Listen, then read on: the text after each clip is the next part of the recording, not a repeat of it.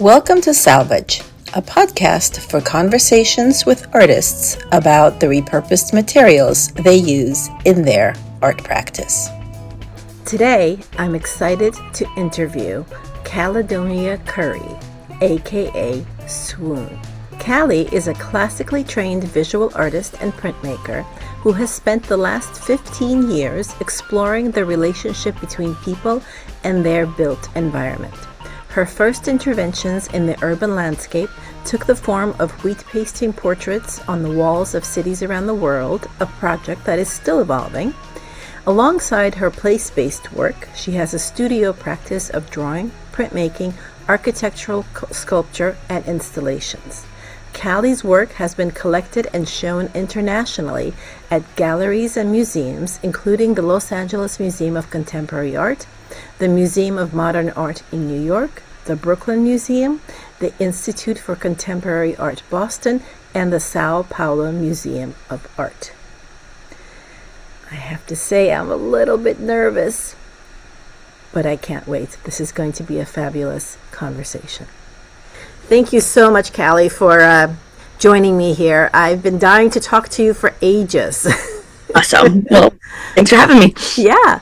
I actually don't remember exactly when I discovered your art, but I do remember rushing over to the Brooklyn Museum in 2014 to see that submerged motherlands, and I remember being in absolute awe, jaw dropped to the floor. It was just incredible. Thank you. Thank you for seeing that. That's one of the most major projects I've ever done, and so it just really makes me happy that people still remember it. Oh my God, yeah. It was unforgettable. It was so amazing. And I think at that time, I was reusing materials for my artwork, but I wasn't all that focused on them. I was just sort of, whenever it was convenient, I would reuse something. Mm-hmm. I was still shopping for new materials, but after seeing that exhibit and seeing all that salvaged wood, I think that may have been one of the turning points for me to go completely rogue and start using those kind of materials. Oh, I love that. So if you don't mind me asking, were you an artist as a kid? Yes, absolutely. In that way that I think all kids are artists. Mm-hmm. And but then I got quite serious about it when I was 10 years old, and I sort of wandered into this painting class semi by accident that was retirees, and then I was 10 years old, and they were like, it's fine, just come, and then they taught me, and it was sort of a remarkable life moment. Oh, that's amazing. And I think kind of a lesson, honestly. I wish that would happen more. They talk about in Germany, college kids living with nursing homes. Yes, I've heard of that. To have a little kid taking art classes with people who were basically in retirement was so cool. I loved it. I actually did that to my daughter by accident. I was taking a life drawing class while she was in school, but she was sick one day. Not really sick, but sick enough to not go to school. So I took her to with the teacher's permission, I took her to the life drawing class with me. She must have been 8. And she totally was into it. She grew from life, and and we were surrounded. I think I might have been the youngest in there. Everybody else was retirees. And she totally she was into it. It was amazing. And I think actually, now that you mention it, I think that you probably can kind of borrow their focus too, because adults are able to focus for longer periods of time. So when I left that first class, I was shell shocked by the fact that I had stood there and painted the same thing for 5 hours. I was I don't know how I did that, But I think it's sort of that environment of you're sort of in training to the adults, and you kind of become able to do that. Yeah. No, that's a really amazing experience that you had. And then I know you went on to Pratt, I'm also a graduate of Pratt. I'm just a few years ahead of you, though. Just a few. Yeah, I had a great time. So we went to Pratt in the 90s then? Yeah, I graduated in 89. Wow. And people, I remember, because I was there in the late 90s, and so I do remember people, just saying how different things were in the 80s. Yeah. The whole neighborhood dramatically changed in the 4 years that I was there. Oh, okay. Yeah, Yeah. yeah. Well, the story that I heard that was like amazing was like some students would walk along inside the train tunnels to get to Pratt because they were like we prefer it than walking the surface streets. I was like, damn, that's wild. Just like I did not experience that, but I've maybe heard. that was a myth. I just thought it was kind of funny. So I was doing some research on you for this, and I saw that you were part of something called the Toy Shop Artists at Pratt. And there, yeah, it was like a little gang that we call the Toy Shop Collective, and it was sort of like if you imagine kind of like activist agitprop and street art and like pranks and like just kind of joyous like tricksterism. That was us. Is that when you got your nickname Swoon, or I don't It know? was a little before that, but yeah, just pretty much all kind of happening at the same time. It was like I had been. I don't actually remember exactly. I think Toy Shop started. It was some folks that were still at Pratt. I think I was graduated already. I think I may have started going by Swoon while I was still at Pratt. It was the thing where I like was working outside, and then I decided to take a name, and then I had this memory of a dream that someone had had, and I at the time I was like, well, you can't name yourself. I don't know if that's true, but that was just my thinking. I was like, well, that one came to me from someone's dream, so I'm gonna accept that one. Well, I think it's lovely. I didn't know your real name for a long, long time. Which is Caledonia Dance Curry, and people are always like, "What? That's a totally you didn't need a pen name." But it was just kind of part of that thing of like wanting, it sort of like makes a little alter ego. Yeah, well, and you were doing a lot of street art at that time, and I think that's a Exactly. thing for street artists is to Yeah, have I mean, a it's like you're pen. doing illegal stuff, and so it's like some people. I've seen people sign their own names, but I just Oh, wasn't going to. so when did you start using materials such as, salvaged wood and things like that for your art? I'm pretty much from the very beginning, because there was a lot of different things that we were thinking about, but certainly one of them was the waste stream, and just the sort of sense of like the sort of slowly unfolding environmental catastrophe that we are still in. Oh, yeah. And there are so many different ways to address that, and there's all kinds of conversations about what's effective and what's not. But at the time, I just was sort of being like, well, what's at hand for me? And what was at hand was just like reusing as much as I possibly could. Yeah. So I saw even now on your website, you still have you have prints on doors and scraps of wood and things like that. Is Yeah. wood like Well, your also, favorite? also I think like so it's kind of a couple things that like working on the street, you're really participating with the language of architecture. Like the human figure is meant to go in a doorway, right? Like there's the sense that like humans and our habitations are like, that there's kind of this relationship between the two. And so like making portraits out on the street was like always kind of making portraits in relationship to architecture. So in that way, it was also natural to like work with doors and windows because that particular body of portraits was always designed in relationship to architecture. But also like I just would find things like I mean, particularly in New York at that time, just the amount of street garbage of things that were really like infinitely usable was so high. And even like when we built the rafts that you saw in the Brooklyn Museum, we would go to construction sites and be like, hey, you're about to throw that away. Can you like forklift it into our pickup truck? And like sometimes they would. That's amazing. Yeah, so it was like a way of trying to even kind of get ahead of that. And those rafts, floating magical spaces, I don't even know what to call them. That was really incredible. How did you even come up with that idea? It was one of those things that it started like I think a little bit at a time. There's a friend of mine named Orion McNeil who passed away recently, very tragically, and Sorry. he used to live on. He was probably the first person I knew who had a boat. He did this wild thing where. it was a strange story. He had been electrocuted by like a city, something like a Con Ed situation, I Oh. think. And then he got a settlement and bought this boat with it. And it was just like a sort of an unusual like event that he was able to do this thing, and we were all like, "Whoa! Like you live on the Gowanus Canal? Like this is wild, you know?" Yeah, this And is not Amsterdam. What's going on? exactly. And he just was such a pioneer in that way, you know. And we were all like obsessed with like I had the year before that I had gone to the Netherlands and seeing all these different, you know, paintings and the Vermeers and all this beautiful stuff. And then I went to like a museum of Viking ships, and I just like fell over. I was like, this fucking canoe is more beautiful than any object I've ever seen. And so it was also that feeling, you know, where you're just like, ooh, like something about the vessel, you know?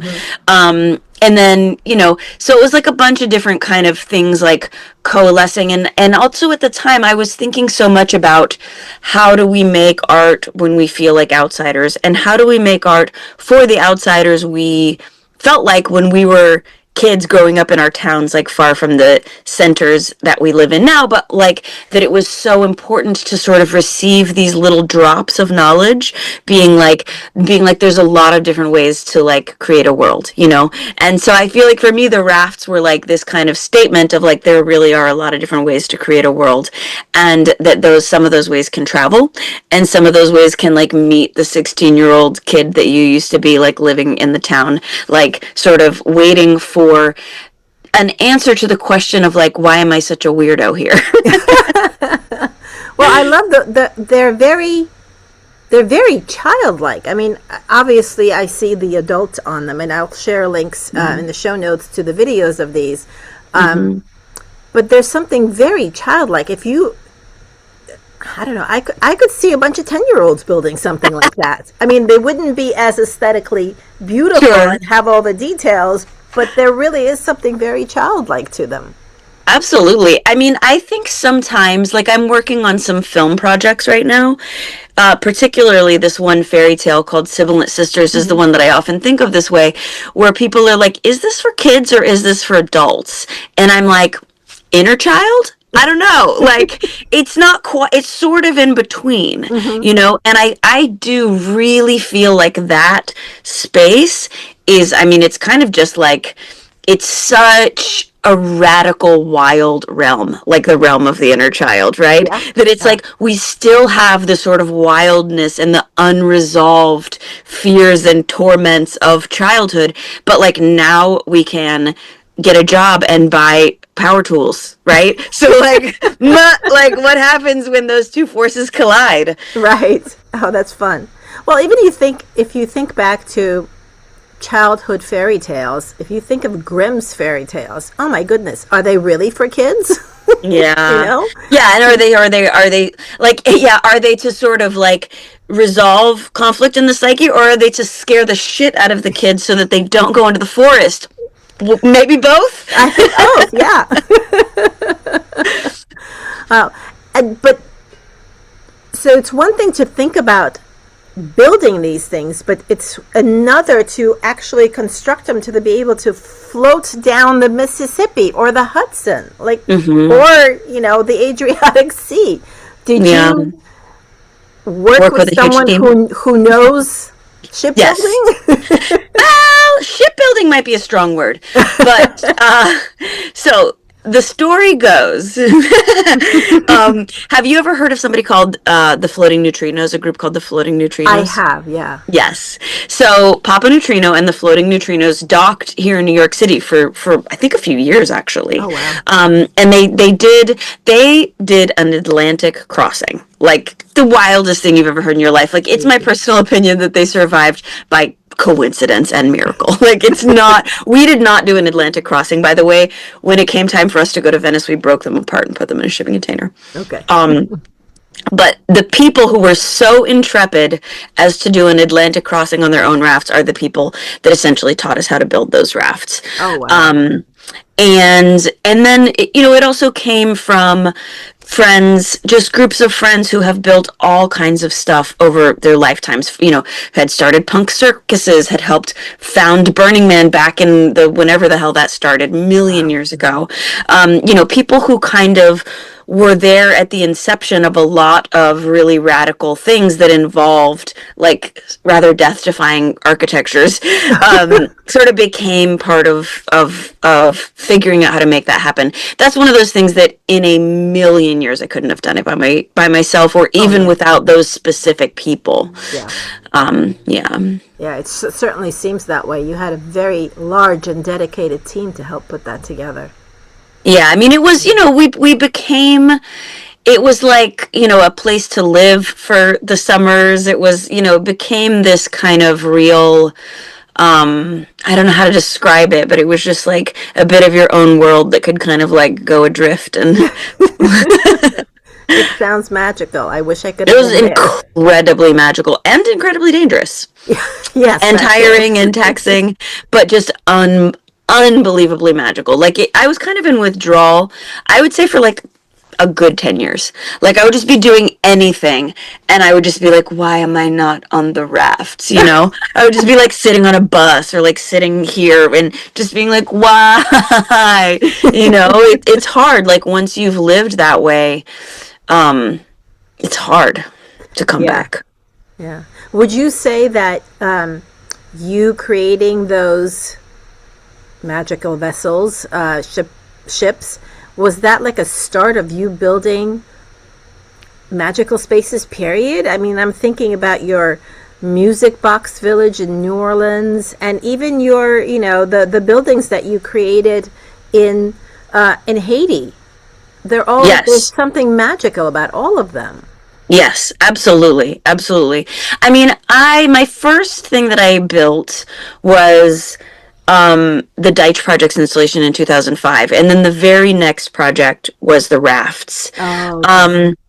And and sort of, these are all collective endeavors, particularly the Music Box Village. I sort of ended up just being a very small part of that in the end, but was there kind of right at that genesis when my friend was like, hey, what should we do with this house, And I think that the spirit of the rafts, like it can't help but be, like the first sketch that I made, it was basically just like one of the rafts, but with musical instruments in it. I was like, let's take the house and do this, because music was such a big part of the rafts. There was a band called Dark, Dark, Dark, and they would play while the rafts would move, or sort of part of the performances. Mm-hmm. And so there was always this sense that the rafts could sort of turn into this like clockwork music box. And so I think that for me was my point of inspiration with the music box. Yeah. And so, and also the homes in Haiti, we collaborated with folks in Haiti that were incredible sculptors and artisans. Mm-hmm. And that's a big part of why those look so soaring. They're so very different than a lot of other things you see built in Earthbag, because folks there were stone carvers. This is a village of woodworkers and stone carvers. That's just like one of the things people do kind of like as a hobby, because they have this beautiful river stone, and it's just part of the culture. And so when it came, when we started collaborating, we were like, wait, this is like, we really have like this kind of copacetic connection with these folks at this level of like craft and beauty. And so it just became that kind of collaboration where it kind of worked on that level. That's really amazing. But did you, when you decided on that village as where you were going to build, did you already know that there were all these crafts people there? Yes. Yeah, okay. It was, we were introduced by, there was a lawyer in New York who had a friend who was from the village, and she came with us. She was Haitian as well, but had lived in the States. And so she kind of introduced us, and we met everyone, and it was like everybody, they were like, oh yeah, tons of artists. Like we work on permaculture, we do all these things. And we were just like, okay, cool. Like this is, and people were already organizing into like a Mango Growers Association. So there was like, it just felt like, just like a click, Yeah. It clicked. That's amazing. How many buildings did you build there eventually? Just, let me see, 3 homes and and 1 community center. I'm like, how am I counting that wrong? 3 homes and 1 community center. And that's been 15 years now. So it's a complicated project. We're at the stage where, I'm thinking about shutting down or substantially closing the Heliotrope Foundation because it's just a variety of things, but it's been very hard for me to maintain in the last couple of Oh, years. And so I'm actually looking for a long-term partner. So I'm asking everyone, including you, if you know anyone. So there's this after-school program there called Club Observatoire, and it's this beautiful program that we like essentially help support, but it's really led by folks locally, and it's kind of, Haiti is in such a moment of instability, and so having just that little bit of uh like like a friend across, like, in the rest of the world, being like, we got you, we see you, like, at hmm least there's like this kind of like small like bit of education and kind of meal programming that can still go on, like, even if school is closed because of chaos happening, or even when and so we've been supporting it for like over 10 years.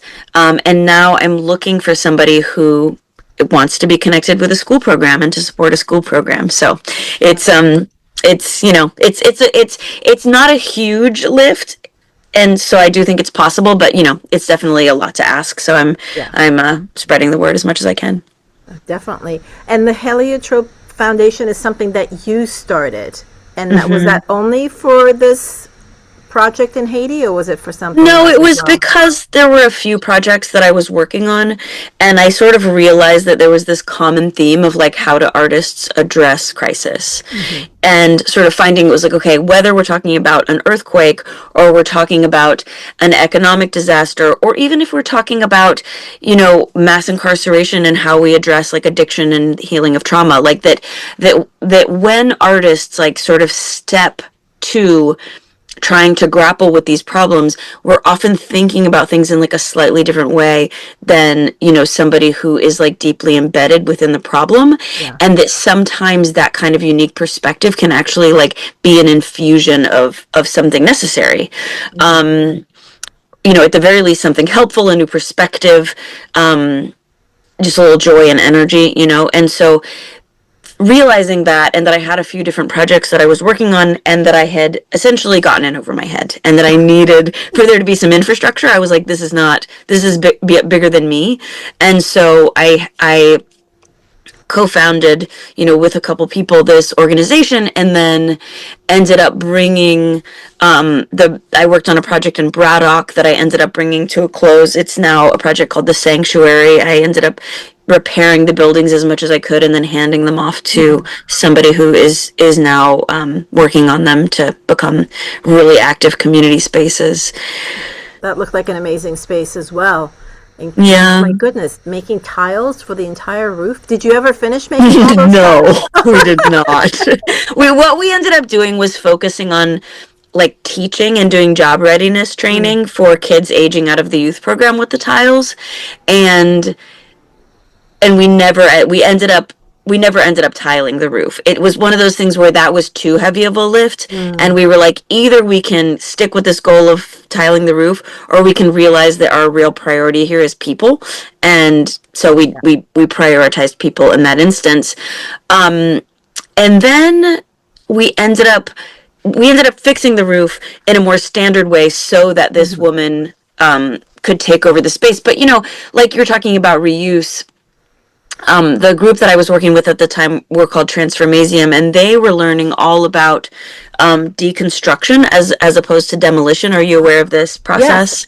It's basically salvaging building materials to reuse Yeah. in other places. I think Exactly, that's because at the amazing. time they were just running bulldozers over everything and collapsing everything into the foundations, hmm so that not only was your lot effectively like destroyed or very difficult to work with, but you also lost all that material. Yeah. So what they decided to do was they did a bunch of trainings with folks in the neighborhood, and then they also did trainings with construction companies.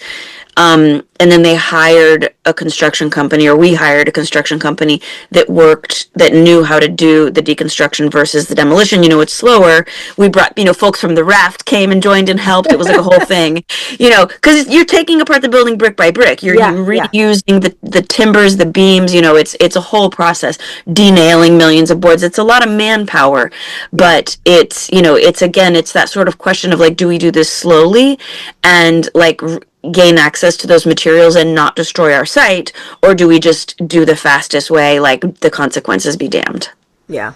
No, it's definitely makes sense to me. I mean, we are living in such a wasteful world.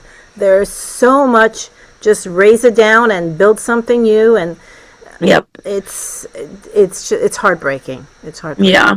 Yeah, and so much is lost culturally, and so much is lost. I mean, just architecturally. You know, that was like how we ended up in Braddock was they were sort of searching out artists, and somebody brought me to this building, and they were like, "Look, they're gonna tear this down. Like, is there any way you can stop that from happening?" And they were trying to do that all over town, because they wanted to preserve that bit of the city's history and culture. And the building, it's a beautiful space, and it's got this steel framing. I mean, it's totally of its time. You know, Right.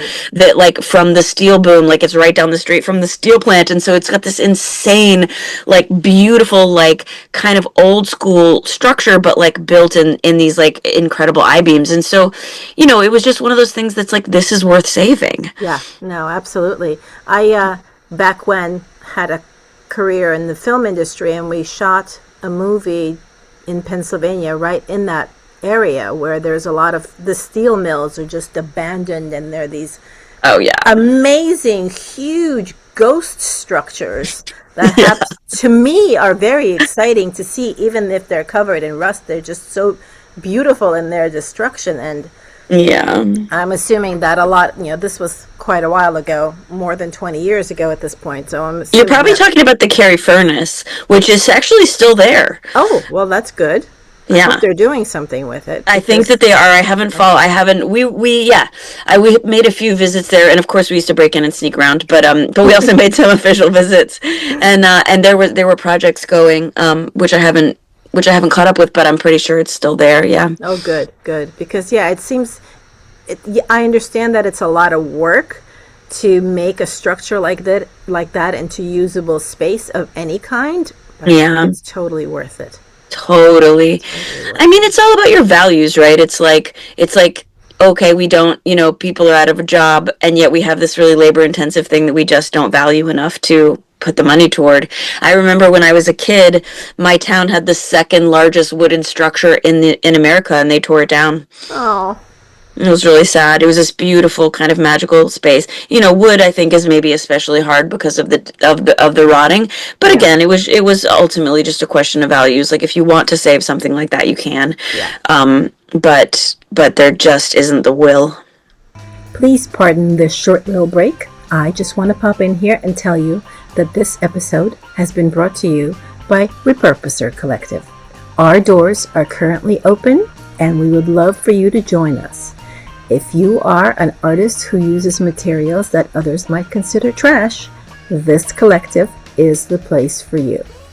We are here to nurture each other, to exhibit together, to learn together, and to make a world a better place. I hope you'll join us. Go to repurposercollective.com. See you there. And now back to our conversation with Callie. Speaking of reuse, though, I was looking on Instagram at your installation for the Sibilant Sisters that you just finished, I think.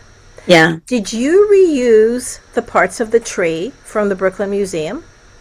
Yeah, that's essentially the Brooklyn Museum tree, but shifted, yeah. I love that, because I was looking at it going, wait a minute, that was Wait a minute, I know that tree. Exactly. Well, the Brooklyn Museum tree was 70 feet tall. Mm-hmm. But some of it got damaged and actually had to be thrown away. Oh. So, but what I remember, this was one of those, I love meditation. I was sitting in meditation, and I had been trying to think about, I really want to keep this tree somehow, but the roots were just destroyed.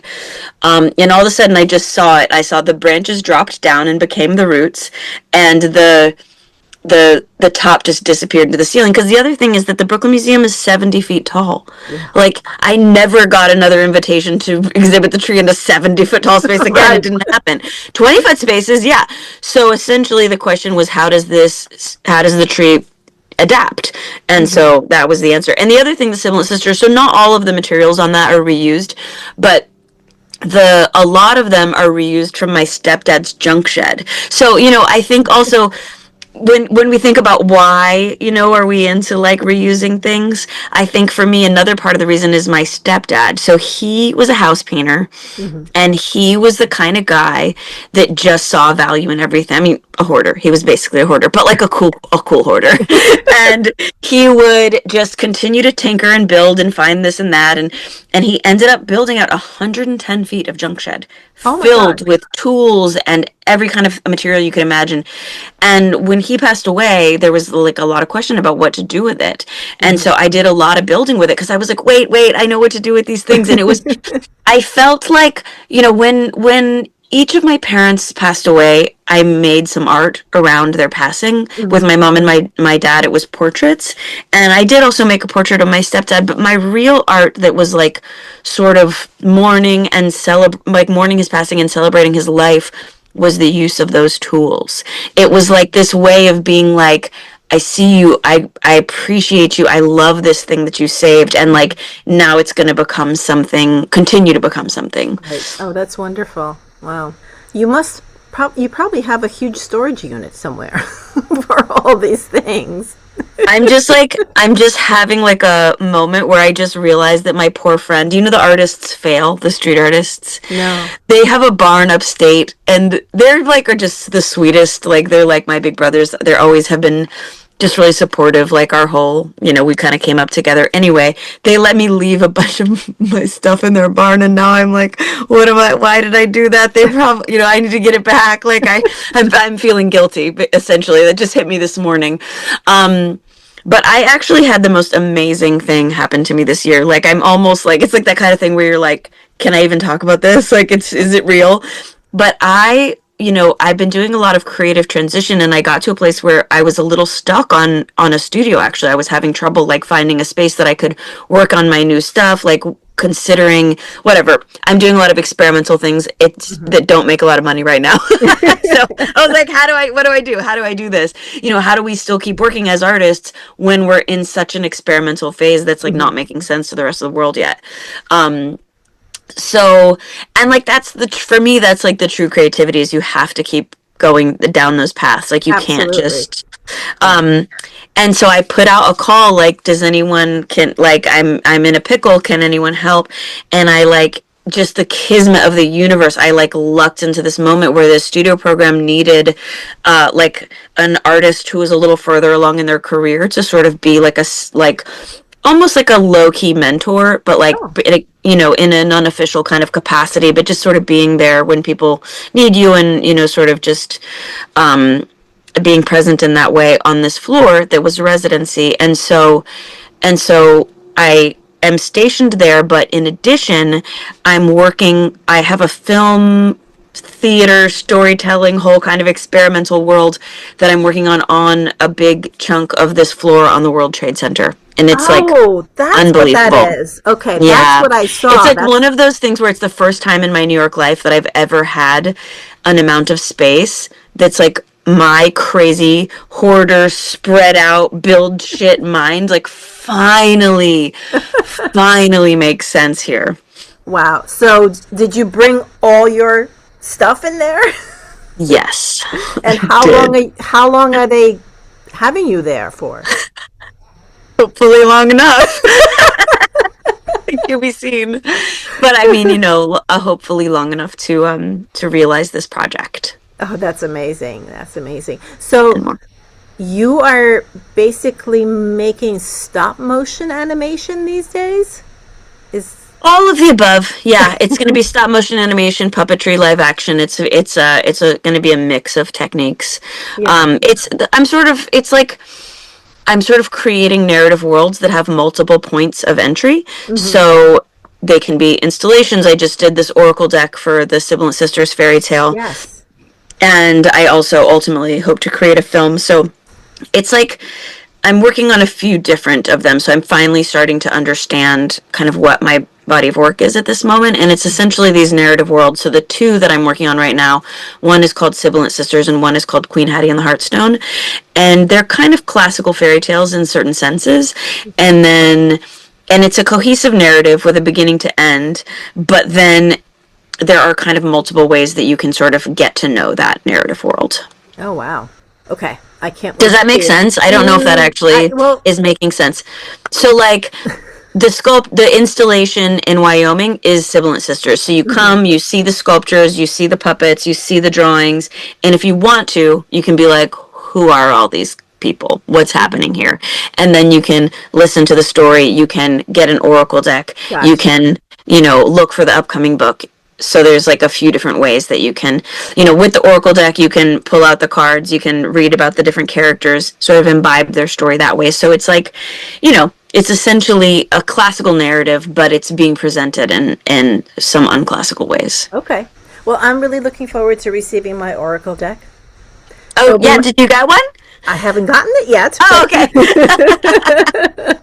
And I've never had an oracle deck before, so I'm really excited about this. Great. It's we just completed the Kickstarter, and I am like fingers crossed going to get them sent to print this week. So it's a little slow, but it's going. Hey, slow is fine. I think there's nothing bad about slow art. Yeah. Well, because you want to do it right. I mean, that's what I discovered is like I thought I was going to do something one way, and I was like, I can either make this take an extra 2 weeks and do it better, or I can do it now and do it bad. And I was like, no, I'm just going to make it slower, Yeah. So getting back to reuse, in a lot of your installations, you have these absolutely stunning paper cuts. Do you save them from one installation to the other? Oh yeah, I save everything. They're so delicate. I save everything. I mean, no, if they get pasted to the wall, they're not salvageable. Okay. But if they're pinned or pasted to wood, we were just unpacking in the big space yesterday, and we pulled out this piece of wood from 2005, and I was like, oh, I've never thrown away anything in my life. Like, because it's just so, I love reusing them because not only is it just great, you have the work, you've already made it, so you don't have to make it again. But in addition to that, there's something so great about like when you pull something out and you're like, this was part, it's got a history to it. Yes. It's, and you can see the marks where it's like, okay, here was where it was in this installation, here's where it was in this, and it sort of contains, and then eventually they'll come to like their final place. Like one of the rafts became part of something called the time capsule, and it's now part of the permanent collection in a museum in Munich called the Mucha. And it's like, it sort of spreads out on the wall. So it's like, that's where it stopped. Like it hit its final form. But like most of that stuff used to be one of the rafts called Alice. And then it was like, we sort of, once the raft got decommissioned, I like sort of spread it out on the wall, like transformed it out. And so that it sort of become this tapestry. Oh, I love that. Oh, one of the things I watched, I've done a little research. I've been watching videos of you speak and your TED Talks and everything. And then one of the films, I think it was a film, I came across, it looked like it was a collage, and it said, and then she made something beautiful from what was broken. My friend's kids made that. Oh, really? Yeah. Oh, that is just such a beautiful phrase. Isn't that really beautiful? It was in Braddock. There was a family there that was just incredibly supportive of our work, and they would always bring the kids by, and they would like help, just help out on stuff. And just, they were just helpful in tons of ways. And at one point, the whole family like made that really beautiful little like shadow box for me. Yeah. And then it ended up in the Kickstarter. Yeah. So it seems that in most of your projects, you are working with others. You're collaborating with people. How is that really? How did that become a part of your practice? And you're like leading community projects. You're collaborating with other artists. How did that get started for you? I believe, I could be wrong, but I think the first time I ever like collaborated or organized something, I was really into doing like billboard takeovers. There were all these like illegal billboards that were going up on Myrtle Avenue at the time. And it was very like this feeling that, like the advertisers could sort of take over the space and talk to you, but like, could you talk back, or could like, who else can be on these walls? And so I organized all the, well, not all, but whoever was down, I organized in the painting department. I went up and down all the studios in the painting department, and I would bring people a piece of paper and be like, here's the size, paint a painting. We're all going to go out at 9 a.m. on this Sunday, and we're going to cover all the billboards on the block all at the same time. And it was actually like phenomenally stressful to organize because I didn't know what I was doing, and it was illegal and yada yada. But some friends jumped in and helped me do the organizing. That's how Toy Shop started. Ah, okay. Yeah, because I was like, wait, I'm not alone organizing this. They're also organizing. They were like, we got my friend and we got my friend. And I was like, whoa, who are you? This is so cool, you know? And then we just were like, oh, we got to do this. Mm-hmm. And, you know, and then seeing it. So like after we did the morning that we did, I was like, I'm never working with people ever again. That was too stressful. I don't know how to do this. I'm terrible at it. And then we stopped and we ate breakfast and we walked back down the street and the whole entire street was transformed. I mean, from my perspective, that's like how it felt. And I was like, never mind. I was like, when you work together with people, you can do things you could never do on your own. Like, it's just, you know, we all become, and I just think like the human desire to be part of something bigger than yourself is just monumental. But for me, it's equally and oppositely opposed by my desire to be a total control freak, to be by myself, to be like, let me do it, leave me alone. You know, that is like fully in opposition. Those two things are at war with each other all the time. Really? Okay. Oh yeah, 100%. And you're still 100%. Doing all of these collaborative projects. Yes. You know, and it's all about, I think, like sort of, there's like, it's all about sort of the negotiating that space. And sometimes you do need to just be by yourself. You know, like I did an animation called Cicada that was basically my answer to my exhaustion with collaboration, where I was like, you know, I just need to go and be by myself in a room and do something that has no stakes for any community, that has nothing. Like, it's not going to get rained on. It's not going to be dealing with like building code inspectors. It's like literally just me and my duct tape, you know? Yeah. And that was like, oh my God, like it was so healing for my soul. Well, it sounds like you need to like balance that. Like you have to have those kind of projects in between your collaborative projects. Exactly. Yeah. Wow. Because it's like your source, you know, for me, it's like touching back into my creative source. Yeah. I really have to quiet down enough to listen to that voice. And so doing those independent, you know, kind of contemplative projects is how I do that. Yeah. Yeah. No, I find that I have a community, and I also do collaborative projects as well. And there are times when I find myself finishing some project or even in the middle of some project, and I'm sort of like, I don't know what to do with myself. There's so much to do. I don't know what to do with myself. And then I'm like, I need to just go sit down and I need to stitch. And it's completely mindless, but it just needs to be me working on my artwork. And it could just be for 15 minutes and then I'm good to go. It's so regulating, right? Yeah. You know, now we talk about nervous system regulation. I don't think we really understood that like in the 90s, you know? Yeah. But like it's what it does. It just, for me, it like gets all my ducks in a row. Yeah.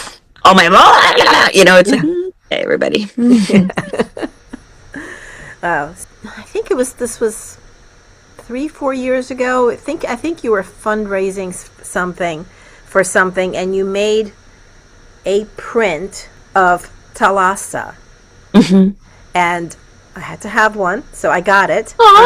Thank you. But I did not know that she was the goddess of the sea. I only just, the other day read the whole, watch you talk about the story about it. She's amazing. So, and to me, and she was part of your Submerged Motherlands at the Brooklyn Museum too. I was wondering if you could talk a little bit about your connection to the sea and how climate change comes into your art practice. Well, I'm from Florida, and so, you know, I think I was definitely one of those kids where, like, for certain periods of I completely forgot about this. I actually was born in New London, Connecticut. Oh. And which is also on the ocean. Yeah. And it's freezing, but apparently I used to love it even back then when I would visit and I was a baby. But then, yeah, when Florida, plop you in the ocean. And so I think it's one of those just always kind of connections. It's, you know, in the the sense that the ocean is your mom, like is your sense of being like, it's the thing that's like me. Actually, I just had the most beautiful experience. My friends Coco and Skip, Coco Carroll and Skip Shirey are a composer and performer team, and they made this beautiful kind of choral piece of theater called We Don't Need the Sea to Drown. And they turned like that sentiment that I just expressed of feeling that the ocean is your mother, like into this, like they sort of folded it into this choral piece where they had interviewed all these different people. And anyway, it was so beautiful to have that sentiment like honored in another artwork. Oh, that's amazing. Is there a way to see that?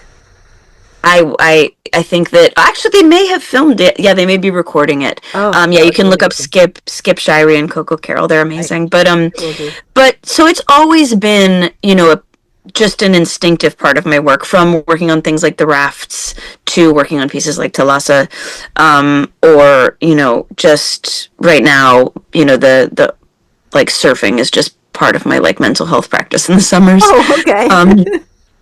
So Thalassa was like started right after the oil spill in the Gulf. And it was one of those moments like, when a piece of news just shakes you in a way that you can't reckon with, and I was working on the scale model for the music box, actually, my first scale model for that. And I just remember like I couldn't stop crying, and I was like, what's going on with me? And I was like this feeling that this great harm had been done to all of these creatures and all in this body of water that was so familial to me and to all of us, but I could feel how familial it was to me, and I was like, could I make a drawing that sort of shares that sense that the ocean is our body, that we are not separable from this, and so that's where that drawing came from. Yeah, no, it's such a beautiful image. Although I have a confession to make. I don't have any tattoos, but if I was going to get a tattoo, I think it would be a drawing of yours. Aw, thank you. Yeah, it's so beautiful. I love the way you draw. Yeah. Thank you. And then I also, I know, I wanted to ask you about your paste up art, because from what I didn't understand is that those beautiful images you draw and then you carve into a piece of plywood to make prints from, or linoleum. Yeah, oh usually linoleum. So hugely labor intensive, because they're Correct. huge too. Yeah. Yeah. I realized the other day where I was like, I don't even know if I've seen another linoleum block print. Like the Don and Gemma, the mother that was at the Brooklyn Museum, it's about 12 feet tall by 12 feet wide. And then we built it into the sculpture. So it was almost like 18 feet tall. And I was like, I don't know I was like, that thing was it's so, to carve a portrait, to get the portrait right, to carve it in linoleum, to do it at scale, to print it comes out backwards, you only get two colors, you're really wrestling with it. And then to get the print right, all those things, it's such an incredibly intricate and intense process that that's why that work looks a very specific way, is that it's coming out of that really hard won process. It's amazing. I've carved one linoleum block. One small one once before, so I have a slight understanding of what's involved. But then when I see pictures of you carving with tools and everything, it's I mean, and they take like a month. It's like a month of carving, and all of the white spots. Like eventually, with those huge ones, I would have to get people to just carve out the white for me, because it would be a month of me carving just the black. Yeah, and then I would have to have people cut away the empty parts. But yeah, and it's also why I've been working in different mediums now. Like as I'm doing storytelling, I'm having to shift into different mediums, because as I'm spending so much more time on writing, it's really important for me to work in ways that are like essentially quicker, because I need to sort of be able to focus on the whole narrative. Yeah. So I'm doing some block printing still with that stuff, but it's not able to dominate my life in the same way that it was. Well, luckily you have all of those. I don't know, what do you call them? blocks, I guess, or whatever. So you Most can of them I reprint do. them. Yeah. Some of them are destroyed. Some of them have, are part of collections. But I Mm. do have some of them, yeah. And I have blocks still. So, that body of work, there is still some of that remaining. But essentially, yeah, it's sort of starting to feel more like it was an era, and I'm learning how to evolve. So you don't do streak paste up anymore, do you? No, I quit doing that in 2017. Oh, okay. So yeah, because it was the same. It was totally dominating everything that I was doing, and I sort of felt this new thing coming, and I was like, I actually have to. It's like you're stacking plates, and I was like, I finally have to start taking off plates off the bottom if I'm going to add anything new. Yeah. Understood. Wow. Well, thank you so much. Yeah, thank you. This was a fun conversation, and Oh, good. and yeah, lots of it's always nice, like when you have a conversation and just even gain insights about your own thoughts and process. Yeah. Like Yeah. Sometimes you just have to speak it out loud, right? yeah, awesome. I love the quilt behind you, though. That is Oh my God, yeah, this thing is from the 30s. It's beautiful. Isn't it? I love it. I've had this thing for years, and it's just, again, it's like I think that we love, like, if you love reuse, you probably also love the hand. Like, part of why we love these older materials is because people don't do the same level of craftsmanship anymore. And so this sense of saving these hand carved doors and all these things is sort of a way of, like, making sure that stuff doesn't disappear as well. Exactly. Yeah. No, there's just something so different when you're making it by hand, step by step, slowly. It's in there, and that love is in there. It stays in there. Exactly. Awesome. Right. Very well. Good to talk so to much, you. Callie. Thank you. Bye-bye. Bye-bye. That was such a delightful conversation. I hope you enjoyed it just as much as I did. Please follow Callie, Swoon. All the links to everything we talked about are in the show notes, including links to a whole bunch of videos where you can really get into her, learn so much more about her practice and everything that she's done. She's had the most incredible career. So I hope you've enjoyed it, and please follow the podcast wherever you're listening to it. Share it and leave a review here and there. I would love to know what you think. If you have a suggestion for another artist I should interview, please do send me an email or a DM and let me know who you think I should interview. I'd love to know. And again, the doors to the Repurposer Collective are open. So if you are a reuse artist, your tribe is waiting for you within the doors to the Repurposer Collective. Join us. Thanks so much for being here. This podcast was created, produced, and edited by me, Natalia Korover. Theme music by R.C. Gaida. To find out more about me, go to artbynatalia.com. To find out about my community, go to repurposercollective.com. And to learn with me, check out all my offerings at ecoloop.art. Thank you for listening.